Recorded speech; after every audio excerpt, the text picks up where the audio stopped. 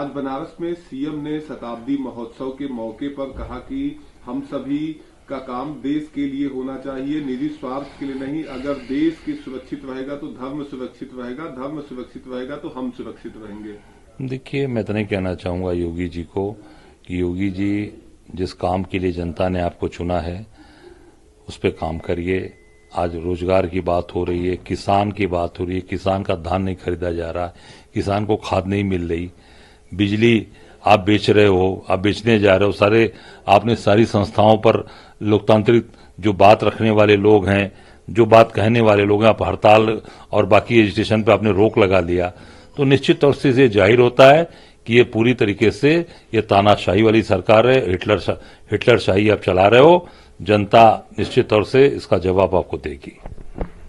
पश्चिम बंगाल की मुख्यमंत्री ममता बनर्जी ने इंडिया गठबंधन को लीड करने की कहीं न कहीं अपनी महत्वाकांक्षा को जाहिर किया है और कहा है कि पश्चिम बंगाल से बैठकर इंडिया गठबंधन में चला सकती हूं। देखिए, ये मैं इतना ही कहना चाहूंगा कि कांग्रेस इंडिया गठबंधन जिस तरीके से कांग्रेस ने चलाया है और हमारे नेता आदरणीय मल्लिकार्जुन खड़गे जी, राहुल जी, प्रियंका जी, इन लोगों ने जिस तरीके से सबका समायोजन करके किया है, दूसरा कोई नहीं कर सकता। और निश्चित तौर से कांग्रेस एक बड़े भाई की भूमिका में और सबको साथ ले चलने की भूमिका में हमेशा काम किया है और कांग्रेस ही आगे लेकर चलेगी।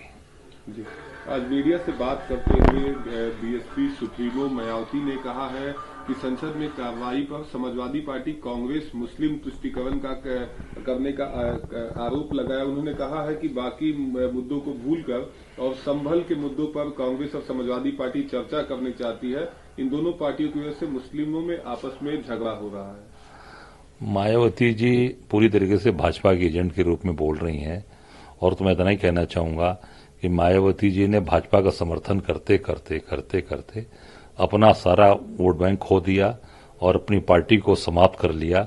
अब बसपा जैसी पार्टी 1,000 1200 वोट पा रही है, ये शर्मिंदगी की बात है। मायावती जी को इस पर सोचना चाहिए, इस पर विचार करना चाहिए। उनका कैडर, उनका वोट बैंक दिन प्रतिदिन खत्म। उपचुनाव में आप देख लीजिए क्या स्थिति रही है। 9 में से 7 जगह जमानत जब्त हो गई है बसपा की।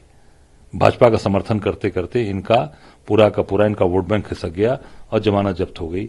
तो मैं इतना ही कहना चाहूंगा कि जो भी चीजें भाजपा का समर्थन और उनका वोट, उनके एक प्रवक्ता के रूप में न बोलकर जनता के हित की बात उठाइए, किसान की बात उठाइए, आज नौजवान की बात उठाइए, आज बिजली जो आज महंगी होने जा रही है इसकी बात करिए।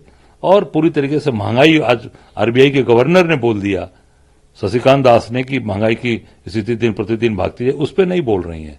भाजपा के प्रवक्ता के रूप में मत बोलिए, अपनी पार्टी को संभालिए, अपनी पार्टी को देखिए। चीफ जस्टिस ऑफ इंडिया 12 दिसंबर को वर्कशिप एक्ट 1991 के मामले में पड़ी हुई याचिका पर सुनवाई करेंगे और देश के अलग अलग हिस्सों से लोगों ने वर्कशिप एक्ट 1991 को मजबूती से लागू करने की सुप्रीम कोर्ट में याचिका डाल रखी है।